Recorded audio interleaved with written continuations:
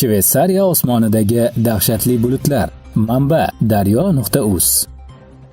Salom do'stlar. Ba'zi hollarda yomg'irli bulutlar ulkan to'lqin ko'rinishida bo'lishi mumkin. Bulutlarning bu kabi shakli atmosfera frontining chegarasida, chaqmoqning old chekkasida, dengiz oqimiga bog'liq ravishda havo massasi tuz ta'sirida paydo bo'ladi. Ularning tabiati oxirgi qadar o'rganilmagan. Gipotezalardan biriga ko'ra, bu siklonlarning spiral qismi, deb xabar beradi National Geographic. Bu kabi bulutlarning yana bir nomi bo'ron yoqasi. Uning ortida tartibsizliklar, toshqinlar va chaqmoqlar keladi. Yer ustida esa atmosfera bosimining darajasi o'zgaradi. Avstraliyada bu kabi bulutlarning Morning Glory turi uchrab turadi.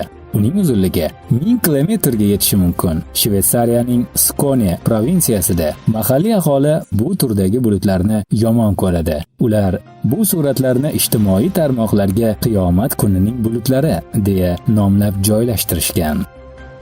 Alkonia kompaniyasi Rossiya Federatsiyasida yurgan yurtdoshlarimizga o'zining arzon, qulay hamda ishonchli avtobus va mikroavtobus xizmatini taklif qiladi. Unda siz Sankt-Peterburg va Moskva shaharlaridan Toshkentga tez va arzon narxlarda avtobus yoki Sprinter orqali yetib olish imkoniyatiga egasiz. Reyslar vaqtini ekraningizdagi raqamlarga qo'ng'iroq qilib, Isroil yoki Dilbarxonlardan bilib olishingiz mumkin. Do'stlar, kelgusi qaynoq xabarlarimizni o'tkazib yubormaslik uchun kanalimizga obuna bo'ling.